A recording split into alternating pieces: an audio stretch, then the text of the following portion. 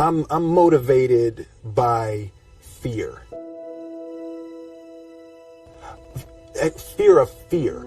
I hate being scared to do something. It's very simple.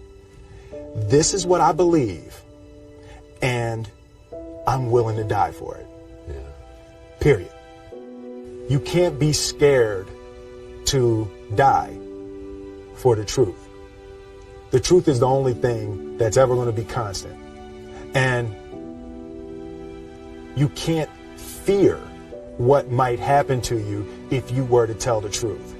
Because what happens to you if you don't tell the truth is worse than telling the truth will ever be.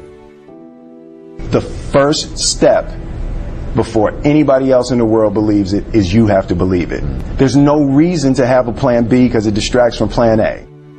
And I think psychologically, the advantage that gives me over a lot of people that I have been in competition with in different situations is it's difficult to take the first step when you look how big the task is. The task is never huge to me. It's always one brick. I believe, and I learned very young, that you don't try to build a wall. You don't set out to build a wall. You don't say, I'm going to build the biggest, baddest, greatest wall that's ever been built. You don't start there. You say, I'm going to lay this brick as perfectly as a brick can be laid. There will not be one brick on the face of the earth that's going to be laid better than this brick that I'm going to lay in this next 10 minutes. Yeah. And you do that every single day. And soon you have a wall. And soon you have a wall. I've never really viewed myself as particularly talented. Where I excel is ridiculous, sickening work ethic. You know, while the other guy's sleeping, I'm working. While the other guy's eating, I'm working. The separation of talent and skill is one of the greatest misunderstood concepts for people who are trying to excel, who have dreams that want to do things. Talent you have naturally. Skill is only developed by hours and hours and hours of beating on your craft. I always knew that I could work hard enough. There wasn't an issue with discipline, or there wasn't an issue with the ability to sacrifice or the willingness to sacrifice. There's no easy way around it. No matter how talented you are, your talent is going to fail you if you're not skilled. Mm-hmm. You know, if you don't study, if you don't work really hard and dedicate yourself to being better every single day. Mm-hmm. This one year, my father had his shop, and he decided for whatever reason that he wanted a new wall on the front of his shop. So he tore down probably about 16 feet high and probably about 30 feet long. He just completely tore the wall down, and my brother and I had to dig a 6-foot hole. We for would the mix foundation. For the foundation. Right. We would mix in the concrete by hand. A year and a half. We were building this wall for a year and a half. Every day after school, we would come and mixing concrete, putting it in the hole, doing it. And it was just myself and my little brother. And I remember standing back, looking at that wall, saying, there's going to be a hole here forever. A year and a half later, we laid the final brick. And my father stood back with my brother and I know he planned this. He says he didn't, but I know he had been planning this and writing this for his for the past 2 years. But we stood back, we looked at the wall, and he looked at me and my brother and said, "Now, don't y'all never tell me that you can't do something," and walked into the shop. As a child, my parents always told me, you could be whatever you want to be, you could do whatever you want to do. And you know, that office, that position, the highest office on the face of the earth, it was something I heard my parents saying it, but I didn't totally believe it. Yet I went out in the world and I carried myself and I held my head high and I stood there and I looked people in their eyes and I talked to people as if I was deserving of everything that this planet has to offer. I really want to say to children out there and to people who are watching, Confucius said one time, he who says he can and he who says he can't are both usually right.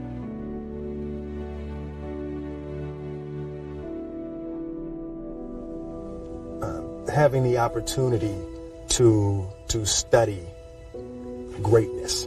Anytime you have that opportunity, there are certain intricacies that will make clear who you are.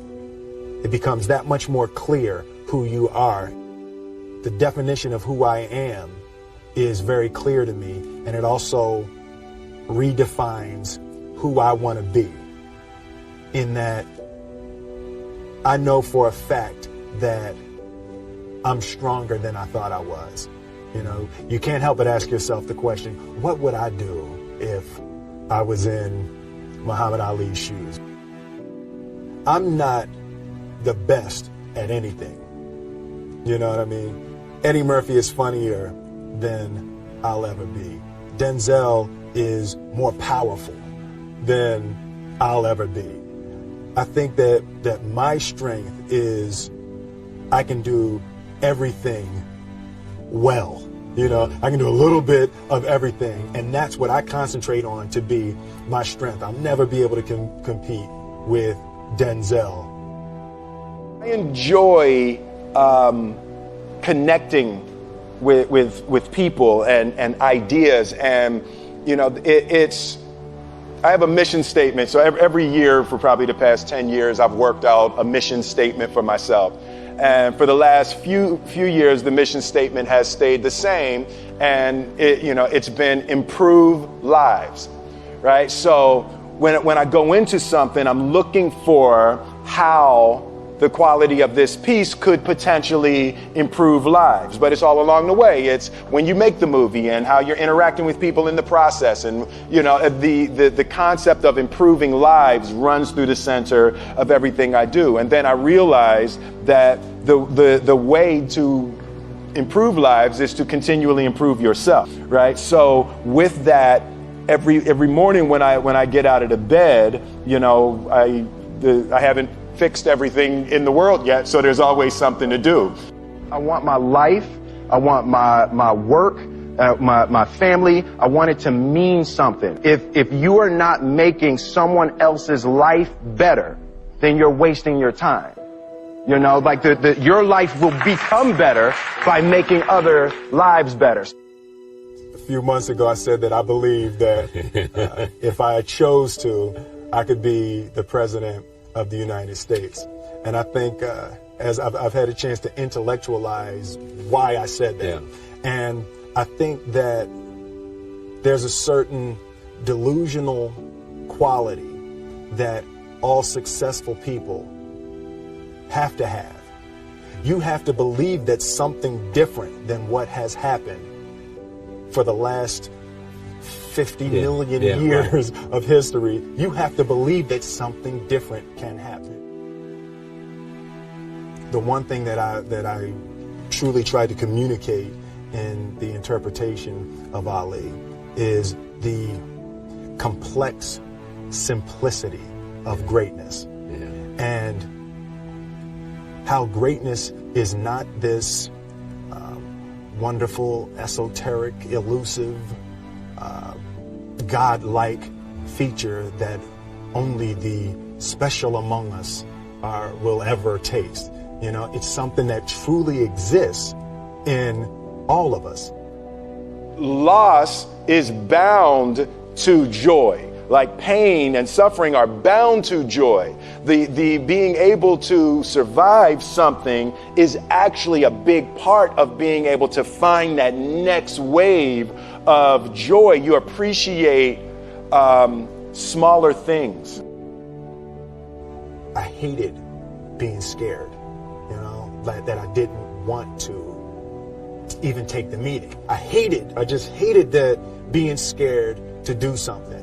And I think what developed in my early days was the attitude that I started attacking things that I was scared of.